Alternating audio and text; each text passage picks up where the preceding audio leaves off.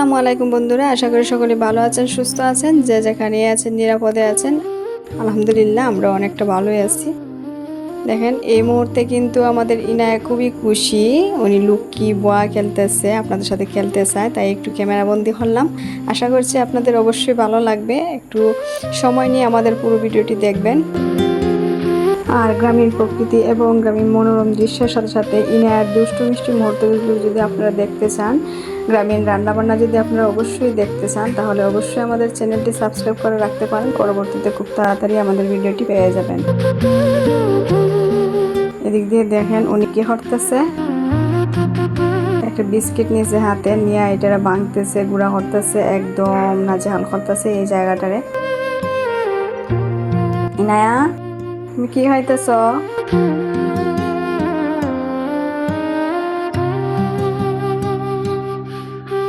সকালবেলা উঠে আসলে পুরো দমে দৌড়তে হয়, ব্যস্ত থাকতে হয়, এই হচ্ছে আমাদের জীবন আর কি। বাচ্চা কাচ্চারে হালকা পাতলা কিছু বানাই দিলাম, ওরা মহা খুশি, খাইতেছে। তারপর অন্যদিক দিয়ে আসলে অফ ক্যামেরায় অনেক কিছু করছি, যেগুলো আসলে ক্যামেরা বন্দি হয় নাই, তাই শেয়ার করি নাই।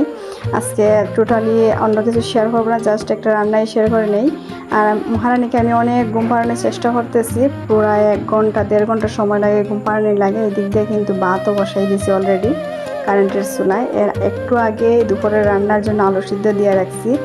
আর যে বিষয়টি আজকে আমি আপনাদের সাথে শেয়ার করতেছি সেটা হলো আমাদের গ্রামাঞ্চলে যেটা রান্না করে, আলুরে সিদ্ধ দিয়া মাছের মাথা দিয়া, বড় মাছের মাথা দিয়ে রান্না করে আর কি, আলুর ঘন্ট বলে এটারে, খুব মজাই লাগে। যদিও এটা আমি আগে কখনো চেষ্টা করি নাই, খাই নাই, কিন্তু আমার শ্বশুরবাড়িতে আসার পর থেকে আমার শাশুড়ির রান্না দিকে এটা আমি শিখছি, তাই এখন ভালোই লাগে বলে আমিও মাঝে মধ্যে রান্নাটা করি। আলুগুলোর সিদ্ধ দিয়ে কিছুটা মাইটে নিব, বেশি গুঁড়াও করবো না আর বেশি মাখবো না, একটু একটু হালকা হালকা করে নিব, তেতলে নিব। তারপরে মাছের মাথার প্রসেসিংয়ে চলে যাব। আসলে আমরা হচ্ছে গ্রামের মানুষ, সাদামাটা জীবনযাপন, সাদামাটা রান্নাবান্না, সব কিছু আমাদের সাদামাটাই বলতে পারেন। আমি প্রফেশনালি কোনো রাঁধুনি না, বা প্রফেশনাল রাঁধুনি চ্যানেলও খুলি নাই। জাস্ট আমি আমার জীবনযাত্রা আপনাদের সাথে শেয়ার করি, আমার মেয়ে বাচ্চা নিয়ে আমি কীভাবে চলাফেরা করি, কীভাবে কাজকর্ম করি এবং কীভাবে রান্না করি, কী খাই, যা রান্না করি প্রতিদিন, তাই আপনাদের সাথে শেয়ার করি, এর বেশি আর কিছু না। কারণ আমিও চাই আমার ইউটিউবে একটি পরিবার হোক, তাদের সাথে গল্প করতে করতে আমি আমার রান্নাবান্নার সমস্ত কাজ শেয়ার করব। আর এদিক দিয়ে দেখেন আমি 4টা মাছের মাথা নিয়েছি, এগুলো ভালোভাবে ধুয়ে নিয়েছি, যদিও আরও প্রসেসিং করতে পারতাম, কিন্তু আগে আমি বলেছি যে সব কিছু আমি সুষ্ঠুভাবে একদম অ্যাকুরেট টাইমে করতে পারি না আমার ইনায়ের জন্য। মশলাটা কিন্তু একদম ভালোভাবে কষানো হয়ে গেছে। যে তরকারি রান্না করেন না কেন, মশলা যদি ভালোভাবে কষানো না হয় তাহলে এটা আলাদা একটা গ্রান বের হয় না। মশলা কষানোর পরে আমি এখানে মাছের মাথাটা দিয়ে দিলাম এবং অল্প পরিমাণে পানি দিয়ে এটা জাস্ট একটু সময় গুইড়া জাল করে নিব।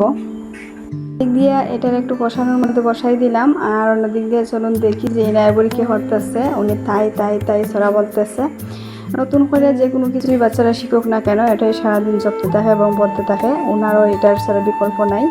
যদি আমি না বলি তাইলে কান্না করে, আমাকেও তার সাথে তাই তাই বলতে হয়, যদি না বলি তাইলে তার রাগ উঠে যায়। যাই হোক, আমি এখন দেখে নিই যে আমার মাছের মাথাটা কতটুকু হইল। হাফ বয়েল কিন্তু হয়ে গেছে, এটা জাস্ট একটু নাড়াচাড়া করে, বেশি নাড়াচাড়া করবো না বা বেশি কাটবো না, কারণ বাচ্চারা যেহেতু খাইবে। আর তরকারিটা কিন্তু আসলে অনেক ভালো লাগে, মাছের মাথা দিয়ে আলু দিয়ে রান্নাটা। এই পর্যায়ে আমি আসলে আলুগুলো দিয়ে দিই, তারপরে অল্প পরিমাণে জল দিয়ে দিব।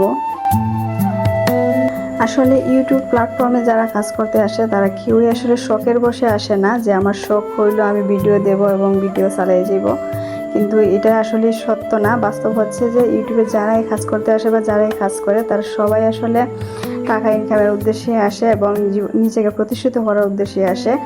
আমি একজন মেয়ে হয়ে ঘরের খুনেতে হয়ে আসলে ভিডিও করার চেষ্টা করতেছি এবং সেই অনুযায়ী আমি চালাই দিতেছি। আমারও ইচ্ছা আছে আমি নিজেকে স্বাবলম্বী করার, সেই উদ্দেশ্যে যেহেতু আমি ভিডিওগুলো করতেছি। আসলে আপনারা যদি সাহায্য করেন তাহলে অবশ্যই আমার জীবনের স্বাবলম্বী হওয়া সম্ভব।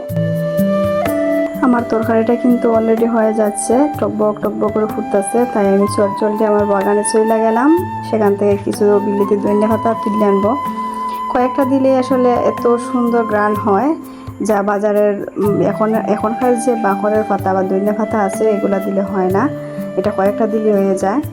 যাই হোক, আমি যা আপনাদের বলতেছিলাম, আমি যেহেতু এত কষ্ট করে আপনাদের জন্য বা আপনাদের ভালোবাসার জন্য ভিডিও রেডি করে প্রতিদিন আপলোড করি, অবশ্যই আপনারা আমাদের পাশে থাকবেন এবং সাপোর্ট দিবেন। যারা এখনও আমাদের ভিডিওটি দেখছেন তাদেরকে অসংখ্য অসংখ্য ধন্যবাদ। আশা করছি আপনারা শুরুতে একটা লাইক দিয়েছেন, আর যদি না দিয়ে থাকেন তাহলে অবশ্যই লাইক দিয়ে ভিডিওটি কন্টিনিউ করবেন। পুরো ভিডিওটি পুরোপুরি দেখবেন, কেউ টেনে টেনে ভিডিও দেখবেন না, এতে আমার চ্যানেলের অনেক ক্ষতি হয়ে যায়। আর অন্য দিক দিয়ে আসলে আমার ছেলের জন্য কিছু বেগুন ভাজি করতেছিলাম, অত বেগুন ভাজি একটু বেশি ভালো পায়।